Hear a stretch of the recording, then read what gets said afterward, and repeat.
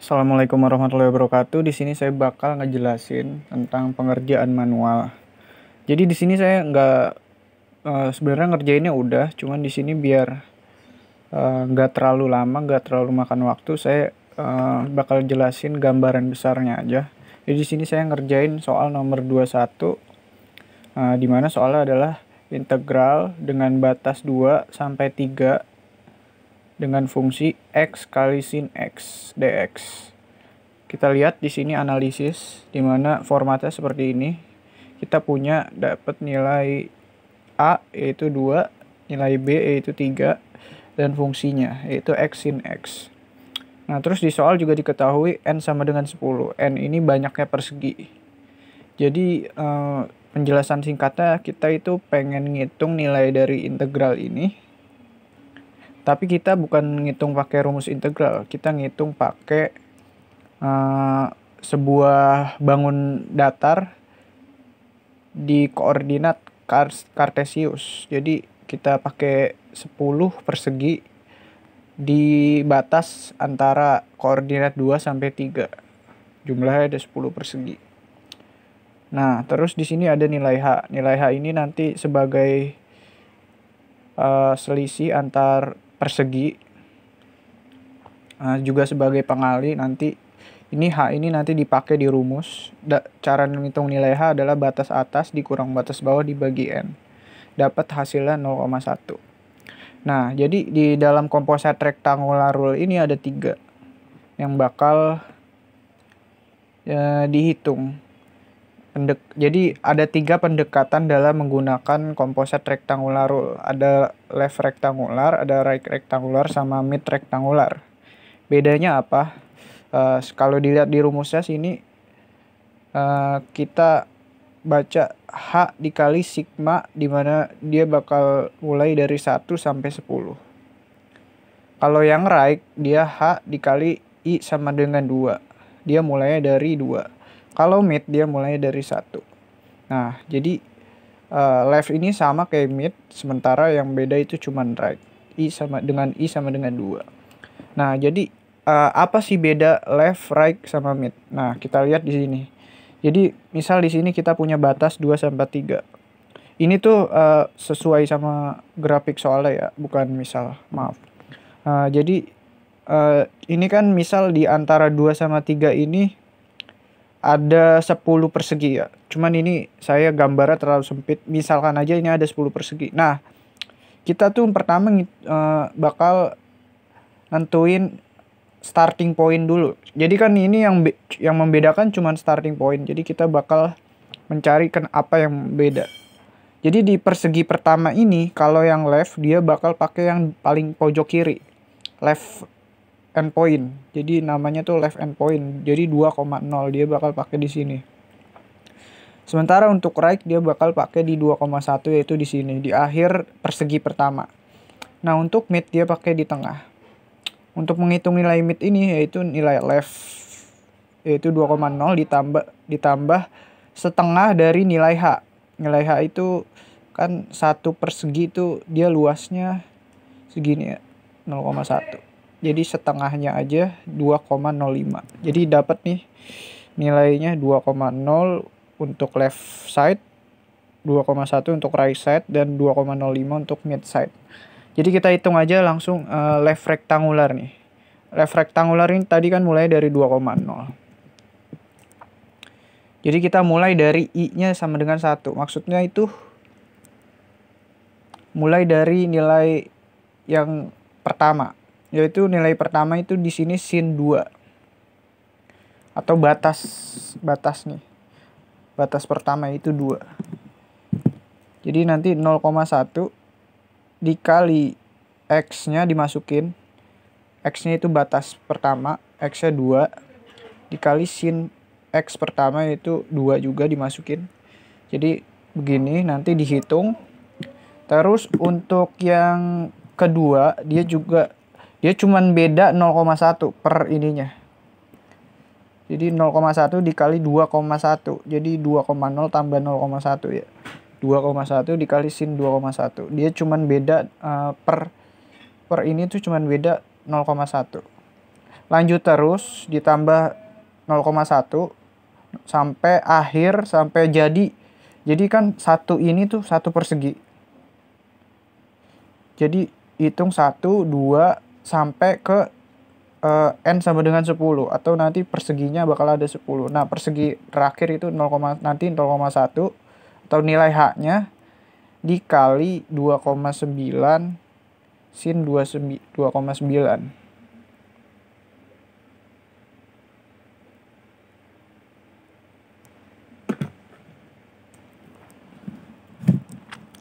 Nah, bedanya nanti yang right tuh cuman dia mulainya dari 2,1,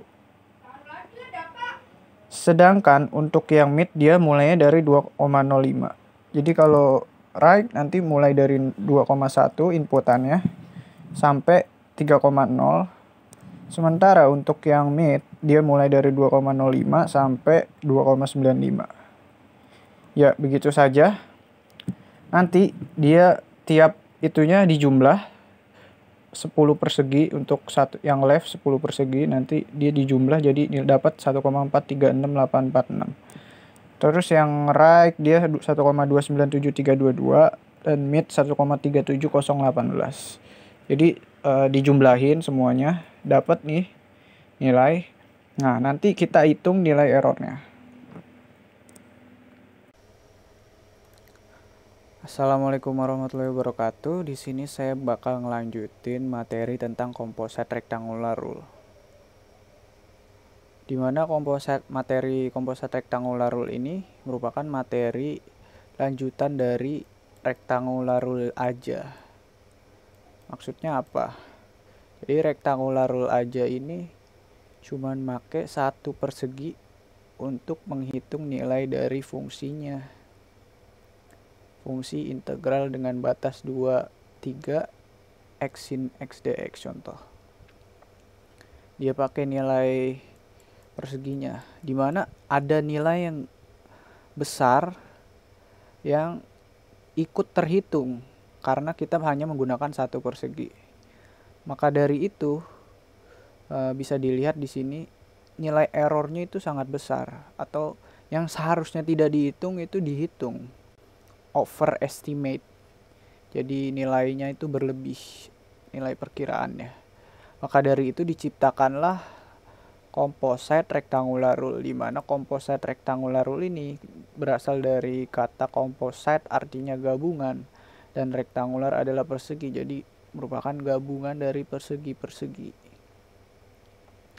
Nah, jadi gitu. Dengan memecah tiap persegi menjadi bagian-bagian kecil, kita mengurangi setidaknya nilai error yang sebelumnya sangat besar, yang dengan menggunakan rectangular rule kita setelah menggunakan composite kita bisa memperkecil nilai error. Nah, dalam composite rectangular rule ini terdapat 3 approach dalam mendapatkan nilai composite-nya, yaitu nilai approach ini tuh dengan menggambarkan dari cara kita membuat perseginya. Jadi ada 3, ada left rectangular, ada right rectangular, ada mid rectangular. Bedanya apa? Kalau left rectangular bisa dilihat di sini.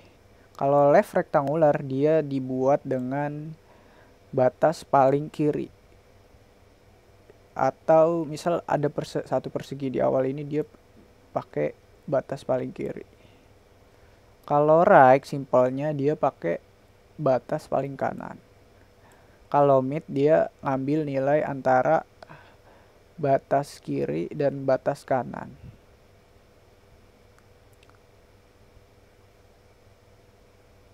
Jadi hasilnya tuh di tengah-tengah. Konstruksinya di sini. Jadi nanti dapat nilai ini 2,05, ini 2,0. Jadi yang pertama di kiri dapat 2,0, yang right itu dia pakai approach 2,1. Terus kalau mid itu dia pakai nilai konstruksi dimulai dari 2,05. Dimana bisa dilihat visualisasi diagramnya. Dimana kalau kita pakai approach left ini, nanti dia bakal begini bentuknya. Dimana kurvanya kan di sini. Bisa dilihat kurvanya. Terus ada persegi nih, tapi berlebih. Berarti di sini kan ada nilai errornya ya, atau overestimate. Dimana kita cuman mau ngitung kurvanya, tapi perseginya tuh berlebih. Jadi ini tuh nilai error dari tetap. Jadi metode ini tuh tetap punya error tapi lebih kecil. Dimana nih nilai errornya ini per persegi ada. Ini nilai error. Nah, kalau rektangular, jadi karena dia pendekatan build pembentukan konstruksi perseginya itu menggunakan pendekatan yang kanan, tentu saja dia bakal memiliki visualisasi yang berbeda. Contoh ini, dia bakal punya bentuk kayak gini, dimana dia bakal ada yang nggak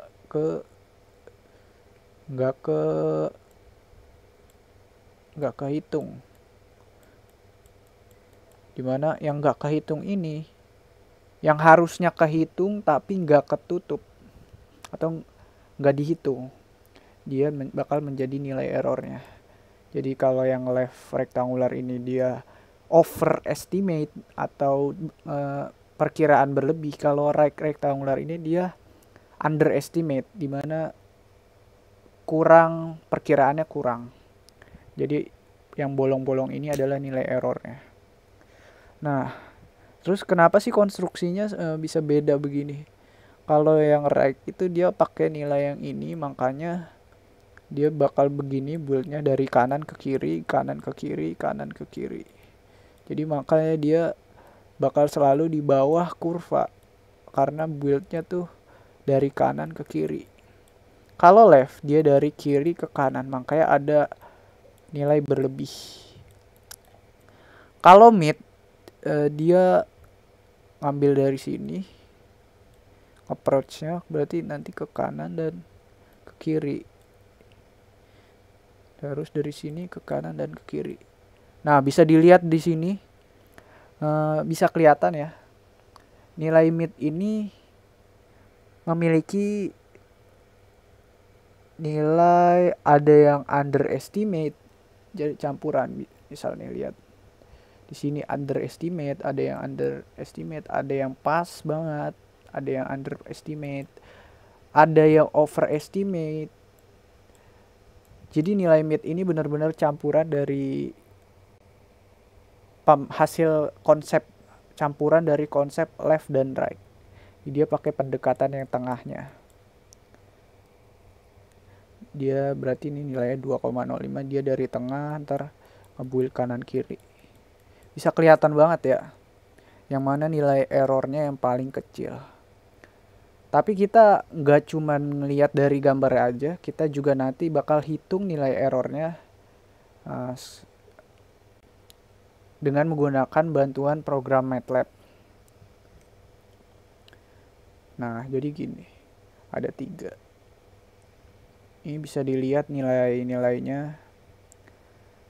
Untuk X sama dengan 1, untuk X sama dengan 1-nya punyanya si ini, X pertama punyanya yang ini, X pertama punyanya si left, X pertama punya right, X pertama punya mid, dia beda. X, dimana X ini menggambarkan ini, kalau left, kalau ini gambarin ini, kalau mid dia gambarin ini. Jadi nilai titiknya tuh dari situ, disubstitusi aja. Yang sudah dijelaskan sebelumnya di perhitungan manual. Nah, selanjutnya kita bakal buktiin nih di programnya. Jadi tujuan kita menghitung program atau menyelesaikan permasalahan ini adalah dengan membuktikan cara mana yang paling efektif untuk menghitung sebuah perkiraan fungsi integral ini. Jadi nanti di akhir kita ambil kesimpulan apa yang bisa kita ambil dari tiap metode ini. Dan metode apa yang paling bagus. Langsung aja kita ke MATLAB-nya. Di sini pertama kita bakal Di sini saya menggunakan 4 script, di mana script di sini ada script utama yaitu composite rectangle method. Terus ada script kedua yaitu left endpoint, terus ada right endpoint dan juga ada right endpoint. Di mana script utama ini akan menghubungkan semua script yang tadi sudah dibuat. Contoh, ini method. Di sini ada composite left endpoint, berarti dia pakai script composite left endpoint. Terus ini ada composite right endpoint, dia pakai script composite right endpoint. Di sini terus ada pemanggilan mid endpoint juga. Jadi total di sini ada 3 script yang dipanggil pada satu script utama. Jadi total kita menggunakan 4 script dalam program MATLAB ini. Kita analisis dulu di sini apa yang saya lakukan dengan program ini. Pertama kita deklarasi dulu F sama dengan str2scm, di mana str2scm ini bakal merubah nilai string ini ke dalam suatu persamaan. Jadi kita bisa nulis persamaan di dalam string. Karena kan gak mungkin kalau kita nggak pakai string itu nanti dianggapnya ini adalah variabel. Makanya kita pakai str2scm biar bisa menuliskan soal kita dengan menggunakan string. Terus ini kan soalnya x kali sin x. Kita udah dapat soalnya yang ini x kali sin x. Cuman belum lengkap. Di sini ada nilai a sama dengan 2, itu batasnya. Terus batas pertamanya ini a, batas keduanya b sama dengan 3, batas terus ada nilai n, dimana n ini kan jumlah perseginya. Jadi kita bakal deklarasiin a, b sama n nya sebelum nantinya dipakai di sini. Sebelumnya kita baca dulu yang ini. Ini cuman program biasa, dia bakal nampilin tulisan composite rectangular rule. Terus ini hasilnya. Terus ini left endpoint. Dia bakal nulis di command window left endpoint. Dimana left endpoint ini setelah nampilin left endpoint dia bakal ngampilin nilainya. Nah, nilai ini ditulis dengan cara begini. Result ini maksudnya apa? Result ini maksudnya adalah outputnya. Output dari si fungsi composite left endpoint ini. Jadi ini outputnya. Jadi dia bakal menghasilkan sama si variabel sama variabel result. Dimana variabel ini nanti nilai errornya dan variabel result ini hasil dari jumlah akumulasi si composite rectangle left endpoint ini. Nah, di sini punya parameter nih fungsinya. Parameternya yaitu ininya atau soalnya. Terus di soalnya tuh dia punya n sama dengan 10 atau jumlah perseginya. Dan soalnya tuh punya batas-batas. A, B. A-nya 2, B-nya 3. Kita bedah aja rumus left endpoint ini biar nggak bingung. Apa sih yang dilakuin di script left endpoint ini? Pertama-tama simple aja, kita deklarasiin begini function result seperti biasa. Tujuannya biar kita bisa gunakan fungsi ini di script utama kita yaitu composite rectangle method. Kalau udah dideklarasiin di sini, jadi dia punya istilahnya tuh punya tanda pengenal lah. Kalau pengen manggil fungsi script ini tinggal panggil composite left endpoint ditambah ininya juga yang lengkap. Ini dari sini. Nah, terus ini pertama yang dilakuin adalah ngitung nilai H atau lebar perseginya. Caranya adalah B min A dibagi N.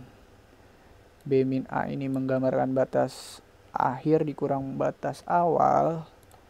dia dari ujung ke ujung, tapi dibagi per persegi, dibagi 10. Jadi kita dapat nih lebar satu persegi dengan rumus ini. Terus di sini deklarasiin total sama dengan 0. Jadi nanti nilai xi-nya itu atau x pertama itu bakal dimulai dari 0. Dimana total ini bakal nyimpen nilai saat ini atau nilai sementara lah. Dia bakal ngitung nilai sementara buat diakumulasiin ke bukan nilai sementara. Variabel ini tuh bakal jadi variabel yang akumulasiin semua nilai dari inputannya pas F1 yaitu 2,0 contohnya kalau di left endpoint, terus lanjut ke pas inputan 2,0, 2,1, 2,2 sampai n sama dengan 10. Jadi dia bakal nimpun nilainya di total. Terus F besar F sama dengan F kecil, maksudnya ini tuh nanti bakal dipakai F besarnya, dia bakal ngitung error. Jadi kita butuh nilai F besar ini sama dengan F biar sama, jadi nanti nilainya biar bisa dipakai ulang. Dimana nilai F kecil ini adalah MATLAB function F, dimana biar kita bisa gunain kita di sini deklarasiin nilai F MATLAB function dengan parameter F. Terus di sini kita pakai looping sederhana buat ngitung nilai dari 2,0 sampai n sama dengan 10, yaitu misal 2,9. Dari 2,0 ditambah 0,1 nilai h-nya sampai 2,9. Dia bakal mulai dari sini. Mulainya tuh dari n sama dengan 0 sampai n-1. Contoh ini 0, n-nya kan 10 dikurang 1, berarti nanti dari 0, n kecilnya maksudnya 0 sampai nanti 0 sampai 9. Berarti total bakal ada 10 persegi. Nah, terus di sini masuk ke total sama dengan total. Ini bakal nyimpen yang sudah saya katakan, bakal nyimpen nilai akumulasinya. Variabel total nih bakal menghitung dirinya sendiri, di mana nilai total adalah 0 ditambah F dan parameter. Nah, parameternya ini kita hitung dulu. Contoh nilai A 3. Nilai A 2 ditambah H-nya 0,1 dikali 0. Dia bakal dapat berarti 0,1 kali 0 berarti dia bakal hilang ya, jadi 0. Menyisakan A aja. Cuman A aja yang bakal jadi parameter, dimana nilai A adalah 2. Jadi nanti ini F sama jadi F ini bakal jadi 2. Jadi ini nilai inputannya bakal cuman 2 doang. Dimana nilai 2,0 ini sesuai dengan ininya left rectangular rule ya. Kita pengen dia mulai inputannya dari 2,0. Jadi walaupun n-nya ini 0 dan tapi di i-nya ini mulai dari 1.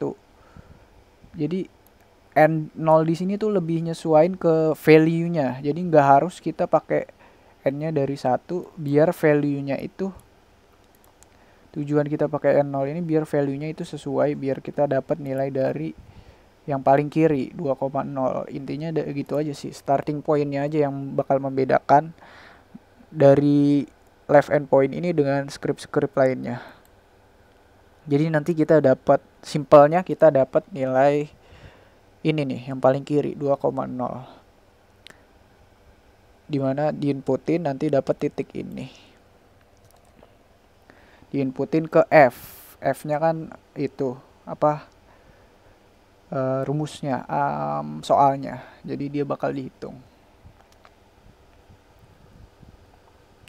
Terus lanjut menghitung, setelah kita menghitung nilainya, tidak cukup sampai di situ, kita juga menghitung nilai errornya untuk setiap poin-poinnya.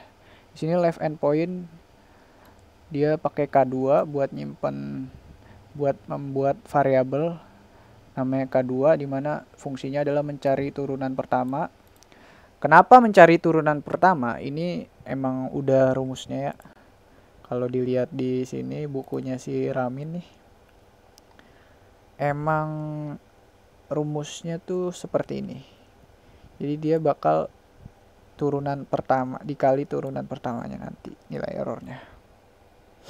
Jadi nih turunan pertamanya dulu yang kita belum punya kan. Sebelumnya kita udah punya B, A sama H. Jadi yang belum punya turunan pertama kita cari dulu di programnya. Jadi kita di sini kita simpen nilai turunan pertamanya di K2. Di mana yang diturunin itu parameter F, yaitu soalnya ya. Soalnya diturunin. Setelah diturunin, soal hasil turunan soal itu bakal diinput dengan batas-batasnya. Batas A dan batas B. Nah, setelah dimasukin batas A dan batas B, berarti kan itu sudah menjadi nilai ya. Nanti nilainya tuh dibandingin antara A sama B nih gedean yang mana. Kalau gedean yang A, dia bakal masukin nilai FA ke variabel baru nih, namanya FT. FT ini buat nyimpen nilai turunan terbesar.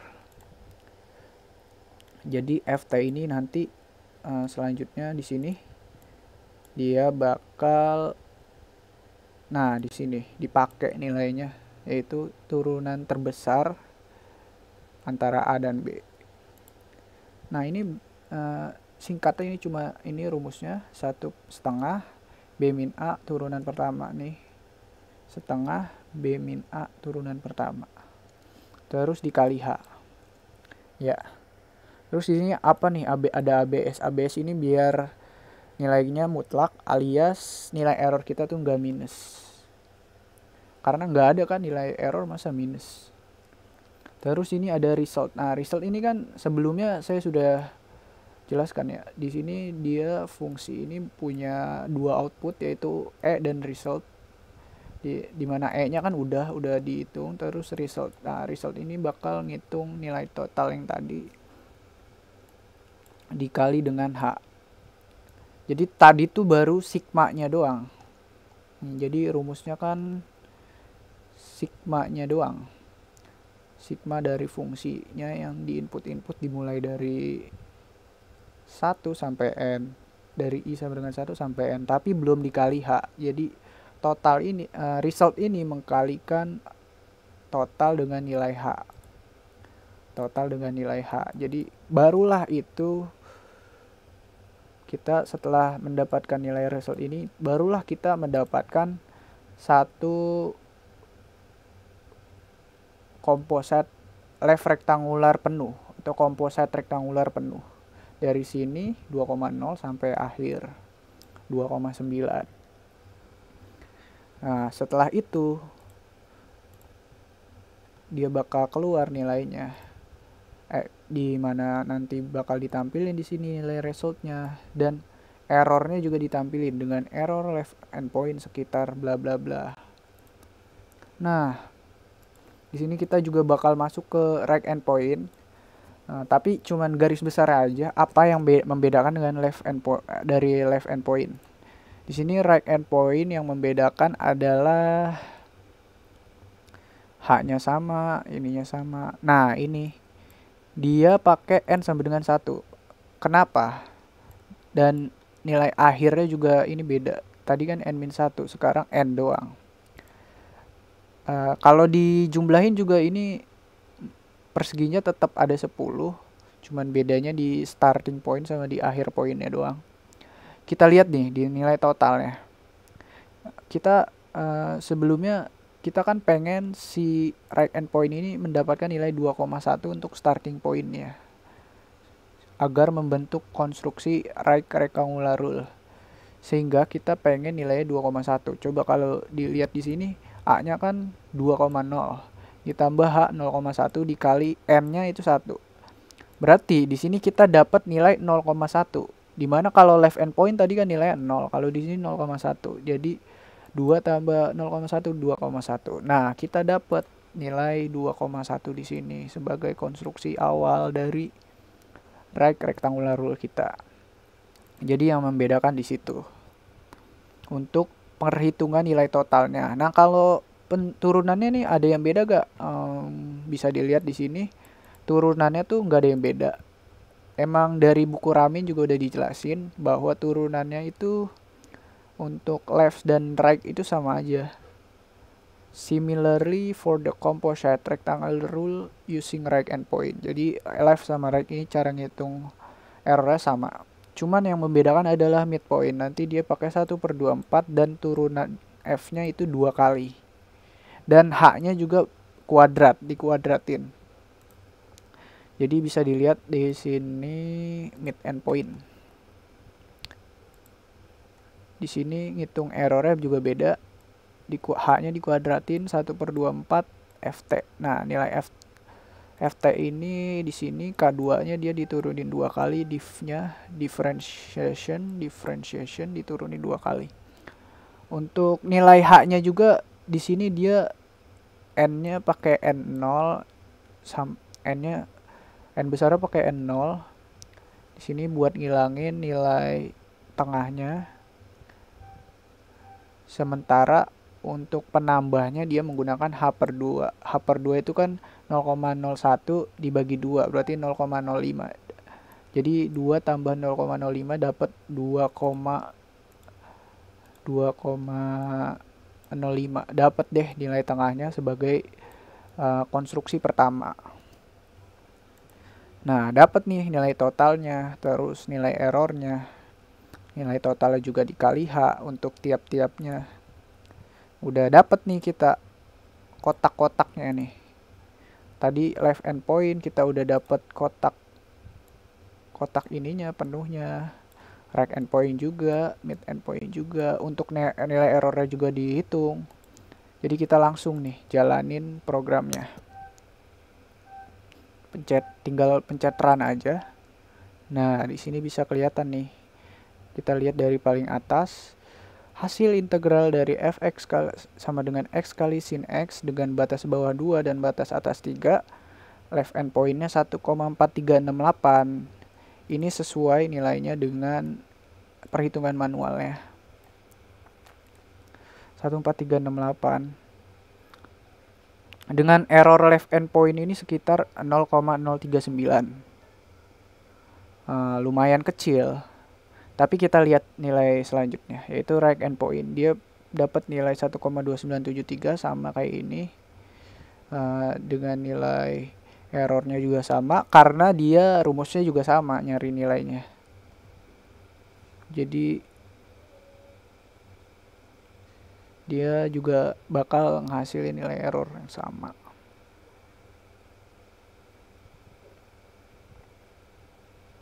Terus mid endpoint nih. Nah, mid endpoint ini dia nilainya 0,0010 untuk nilai errornya. Terus nilai mid endpointnya sendiri juga sama dengan perhitungan manualnya. Nah, di sini kita bisa lihat nih.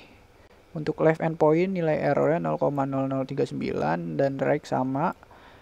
Kalau untuk yang mid endpoint ini dia beda nih, beda sendiri. Paling kecil, yang paling nilainya tuh paling mendekati dengan nilai aslinya. Nah, bisa juga berarti ini juga sesuai ya dengan visualisasinya. Dimana mid ini dia bisa kelihatan banget nilai errornya tuh cuman dikit, dari overestimate, dari underestimate dikit doang. Bisa kelihatan dari visualisasinya. Nah, setelah kita tahu bahwa mid ini lebih menghasilkan nilai error yang lebih kecil, apakah mid ini berarti lebih baik dari left dan right? Jawabannya belum tentu. Setelah saya research di internet sebelumnya, jadi untuk kasus ini memang terlihat bahwa mid ini nilai errornya lebih cenderung lebih kecil. Tapi nilai dari error ini bukan bergantung terhadap karena ini rata-rata, bukan karena ini rata-rata antara left dan right, bukan karena itu. Tapi yang menentukan nilai error tersebut adalah